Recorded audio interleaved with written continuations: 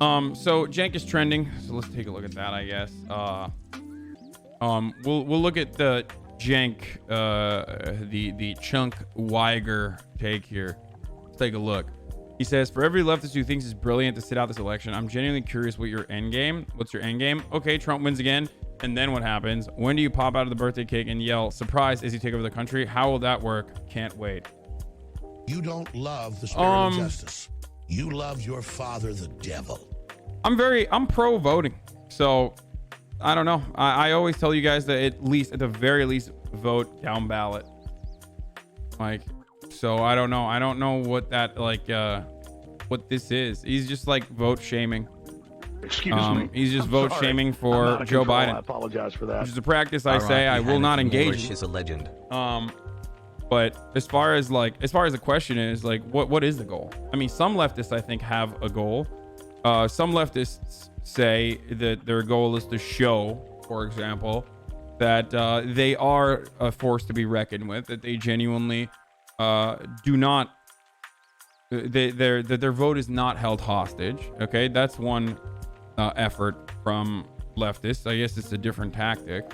Another is a vote for a third party to beef them up, like, you know, Howie Hawkins or I always fuck that up, like PSL, Gloria Riva, or the Green Party. And then there's the third one that I don't necessarily agree with. The third option is you know, the moral argument, like, oh well, both are war criminals. Okay, if that's your worldview, then you also should understand that harm reduction plays a role in that worldview.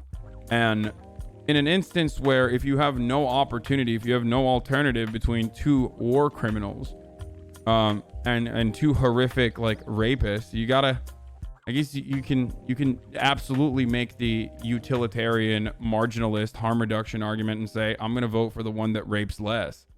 That doesn't mean that it's gonna be better. That doesn't mean that things are gonna be great.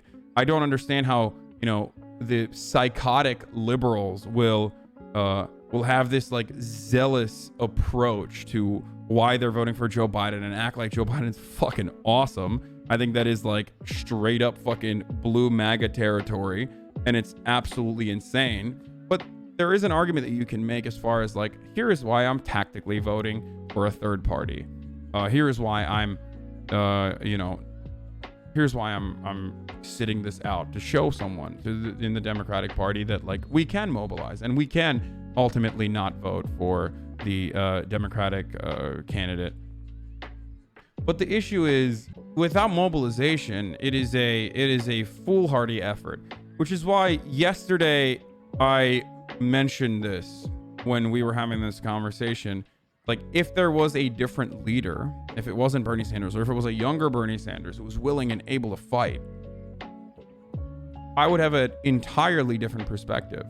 If it wasn't a Bernie Sanders that conceded early on and said, you know, this is too big of a problem, this is too devastating, I have to, you know, Biden is your guy, you got to go vote for him, I'll do everything in my power to vote for him, regardless of Biden's very obvious flaws, right? Regardless of all of that, if it wasn't for all of that, if Bernie Sanders was a different person, we would be having an entirely different conversation. But if there's no mobilization, no viable mobilization, and no serious effort, and no leader to get everyone together, and I'm sorry for all the PSL people, but Gloria Riva is not that person, at least for me. And the Green Party is not that, at least for me.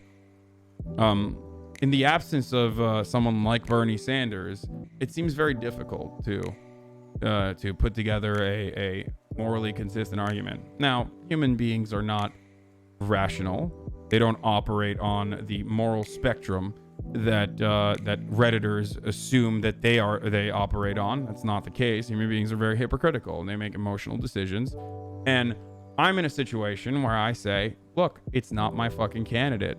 I will be honest with you. I'll tell you, hey, is Joe Biden better for the future of America marginally, especially in the short term? Absolutely. Is it worse overall in the long term because it shows the Democratic Party that like we don't care, we will vote for any person that you put together, even if it's a more conservative person than the person that you put together beforehand that also lost to the same dipshit? Yeah, like that's terrible. That has terrifying consequences in the long term. Consequences like having someone literally like Donald Trump become president in America. So I don't know. Anyway, yeah, veganism is a perfect example of how human beings are not rational. Like people who aren't vegan get very upset, understandably, at like animal abuse, for example. Well, you're not a vegan. Like what kind of abuse occurs behind the scenes every day for you to drink milk or for you to fucking eat meat? Like, at least my moral consistency in that circumstance is that I am a speciesist. I'm a disgusting speciesist who understands that ultimately my viewpoints will be outdated at some point and people will look back at me horrifically like we looked back at people who justified slavery. Sure, vegans, you can have that argument. I'm a bad person, okay? Sucks to suck, though. We live in the real world where people are hypocritical and don't give a fuck. Why would I debate it if I'm morally inferior? You don't want to kill Mexican babies? You're a racist! Hey, can I call you a white beater and then tell you to debate me on it? Not voting is an option. Stop pretending it isn't. Shaming those who choose it. We aren't shaming you. While we're on hypotheticals, David Duke versus Richard Spencer. Go. Oh, by the way, as far as the hypocrisy goes, vegans are hypocritical as well. Like when they have animals, when they take care of animals, they're enslaving animals and neutering them for the betterment of society. Yes, you were reading that right. George W. Bush versus Adolf Hitler are both war criminals. Are you saying that not voting for either in an election between the two is morally correct position? Because it most definitely isn't. Come on the show. Let's have a real discussion on it. You don't love the spirit of justice. You love your father, the devil. I mean,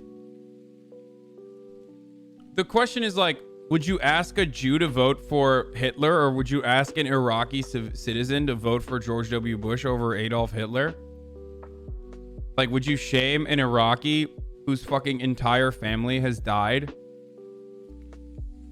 that he has to vote for Dick Cheney or George W. Bush? Because if that's the hypothetical that you're engaging in, like, you're a fucking psycho. Like, oh, come on. Yeah, go tell fucking, like, this is what I don't understand. Like, if you can vote for either of these candidates, then you obviously are in a privileged position. Like, if you don't have if you can suck it up and vote for either of these candidates, that means that you haven't been directly impacted by either of these candidates in the same way that some people have. It's, I don't know. I find this argument really unproductive. I just say harm reduction is a legitimate moral concern and move on, because that's it. It's just harm reduction. Like, it literally is. It's a lip take, but it is literally harm reduction in the short term. Harm reduction in the short term leads to drastically different outcomes for individuals' lives. Like, even if marginal differences between candidates leads to tremendous differences on the ground, on people's lives immediately. I don't know why liberals, and I definitely include Cenk in this category, engage in these like you don't have to fucking beat people over the head. They've already heard these arguments over and over again. Like, excuse me, just focus on who you think you can change the mindset As a vegan, Cenk knows vote shaming doesn't fucking work. Why is he doing it? Father, the devil. Like, this is just a signal to the rest of the liberals, like, I'm doing my part, okay? That's it.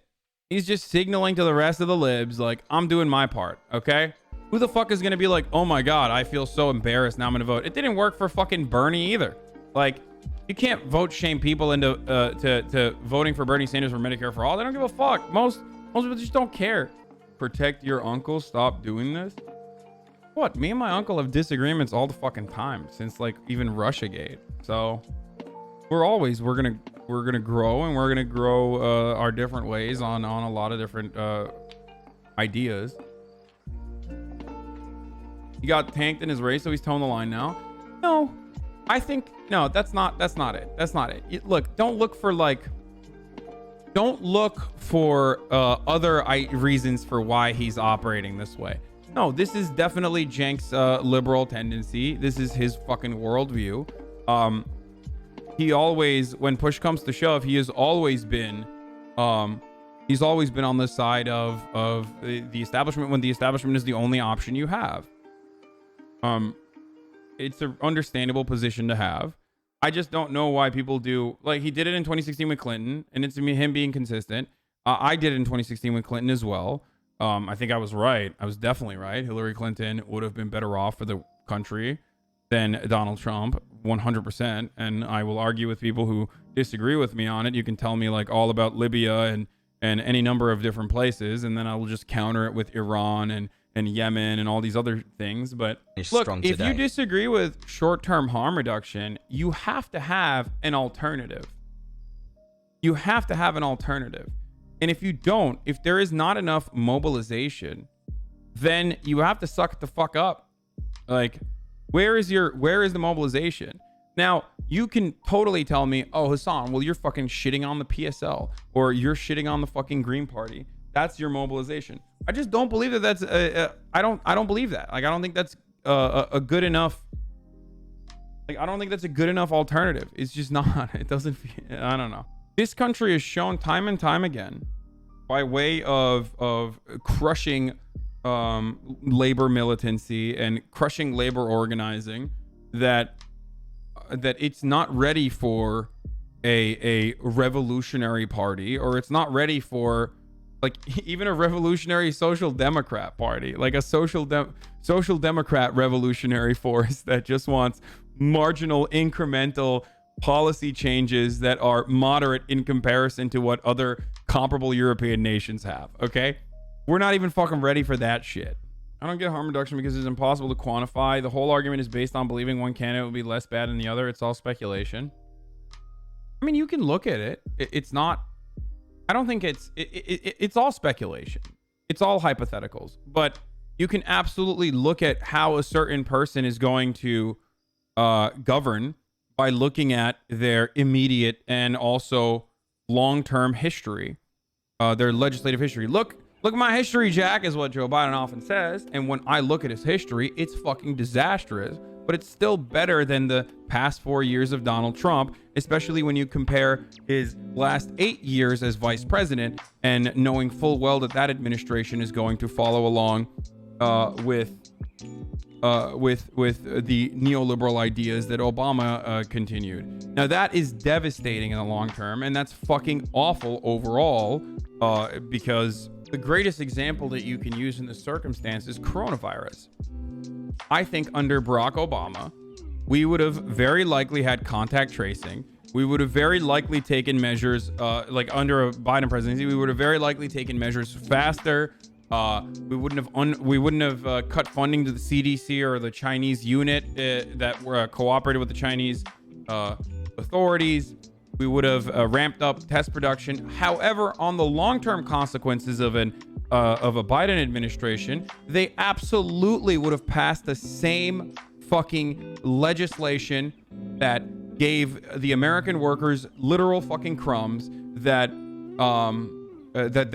absolutely was not enough. We would have a hard time getting eviction moratoriums in a similar capacity, and that Nancy Pelosi would still be going back and forth in this like fake circus show style way of advocating for marginal policies like we need to bring back deductibles. That's the way. That's your relief package. No, that would have sucked ass. So the one party concept would still be in effect, but Donald Trump is doing horrific things that the Obama administration or the Biden administration wouldn't do.